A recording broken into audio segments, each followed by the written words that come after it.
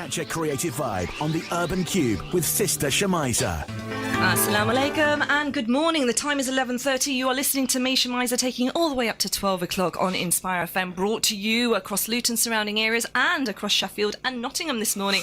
How are you? I hope you are well and enjoying the conversation so far. My next guest, mashallah, he is no other than Majid Khabazan. Mashallah, he's a director of Ima Film, which is a TV production company based in London. He's a Muslim filmmaker and he's made several documentaries and scores of TV programs from different television platforms.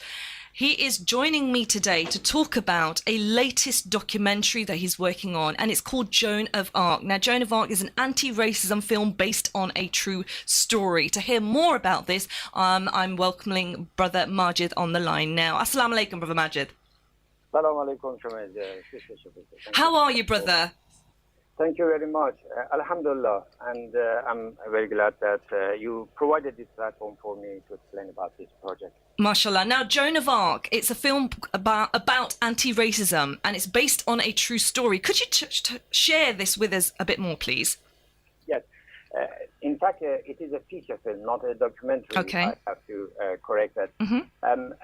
We, in fact, had a documentary on an incident which happened not long ago, 2 years ago in 2013 in Bristol City, in that a middle-aged young, let's say, man, Bijan Ebrahimi, with a Iranian descent background, but also a British Iranian, better to say. He was, in fact, brutally murdered and killed and then set on fire by some, in fact, they were neighbors, but better to say, who were under the influence of racism.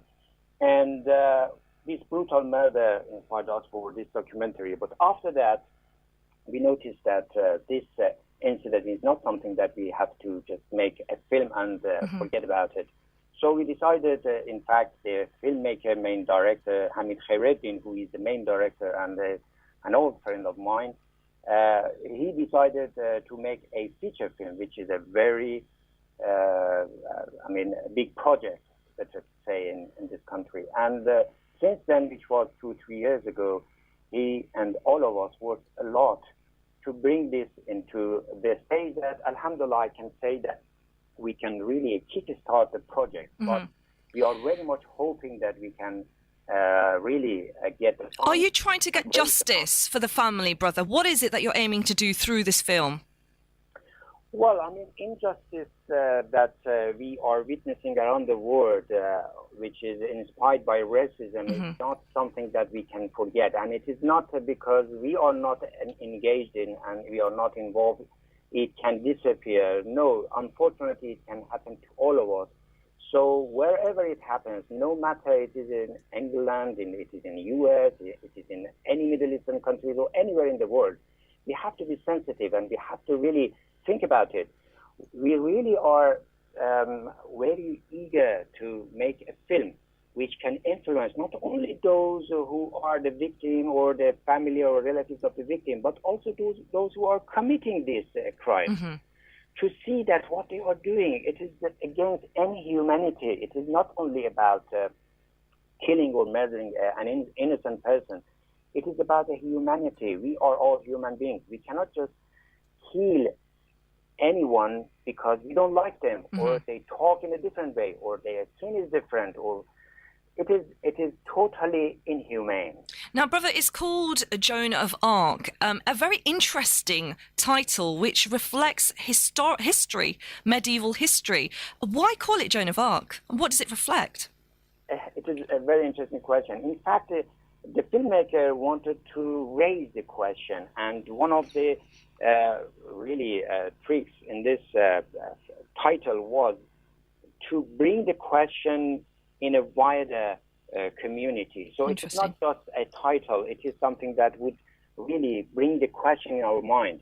But to give the example that why this is the name, well, we all know that the story is more or less the same with Joan of Arc. She was, in fact, killed and burned. And we know that all this burning in the history have been for really removing the essence of the person or the ideology or the community that we would like to burn. But we know that Joan of Arc even became a saint after a while, or even after 2 centuries. So her essence never vanished. And we would like to say the same, that the case of Bijan Ebrahimi or people like him deserve to survive and become a symbol of the daily effort that we all have to put in to stop racism. Because they are testing times, and it is a very worrying place to be in. And I think, do you think documentaries and films and arts and creativity are the best means of engaging people with our narrative or the wider narrative? Definitely. And we believe that the art of film is something that has not yet discovered fully. And with this art, we can bring the attention of those who are victims, the relatives who are going to be the victim, and more importantly, those who are committing these crimes. So one of the ways and one of the aims that we are achieving by this Kickstarter campaign is to engage people. It is not just for fundraising, even if we need the fund, but we would like to get the fund from the public rather than just the sponsors. Because, you know, if you have got a good film, even a Hollywood film, there are sponsors that would like to spend and give the money, provided they can also gain out of it. It is not the... So it's kind of taking an ownership of a story that people feel passionate about. And is this a new trend then, this Kickstarter campaign? I'm seeing a lot of now filmmakers and documentary makers who are kind of not relying on sponsors anymore, but focusing on Kickstarting campaigns. Exactly, and that is the way that the new medium has provided, alhamdulillah, and people are not bound only to those rich governments, let's say people, so they can also go to people directly. Because at the end of the day, this is the people who are going to watch this, so they would go and spend for it. So let's say if they are spending in advance, we filmmakers can make the film that they want, and they are not paying more than that, but they are contributing in making it. MashaAllah. So, Brother Majid, thank you so much for joining us today on the Urban Cube to showcase and share with us this amazing film called Joan of Arc, which aims to basically help people engage and understand the impact that racism is having, and it's a reflection on a true story. Now, brother, after the film has been completed and made, what is the next stage then? Will you continue to make more films on this genre, or will you be working on a entirely different project? Inshallah. We have explained more on the website, which I would like to... Yes, go ahead. So people can go and read for themselves. It is www.joanofarcfilm.org, not .com.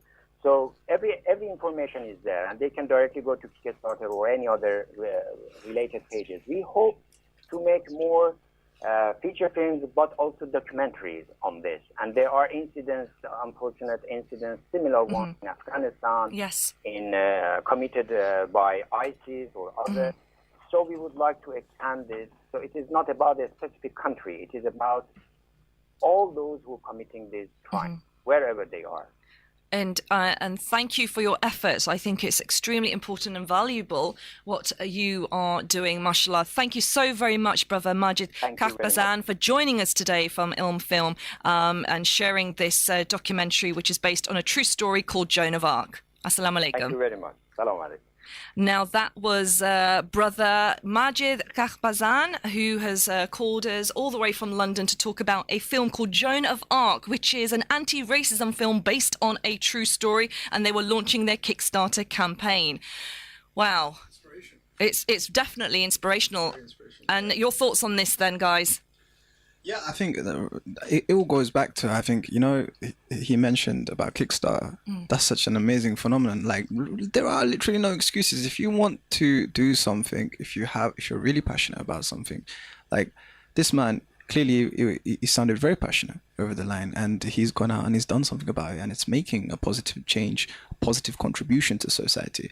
And that's like independently done, you know, that just makes it even more amazing. It's the actions, you know, the simple actions can create great ripples. You know, because he's going through platform where you can get funded by the public, essentially. There's no restrictions put on him by a large sponsor.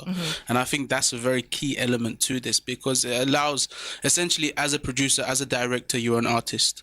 And the film that he's producing is an art form. Even though it has this powerful message which they're trying to relay regarding racism, this means that he gets to have full control and ownership of how this message is relayed to the audience. What message is put forward. If you have a large sponsor coming on board, they take unfortunately, over. when it comes to media, there's a lot of control, there's a lot of taking over, there's a lot of restrictions imposed on the artist. This allows him to be a lot more flexible and basically tell the story how he intended to tell the story from the first place. Of course. This is over and out from me. Stay blessed. Assalamu alaikum. Catch a creative vibe on the Urban Cube with Sister Shemiza.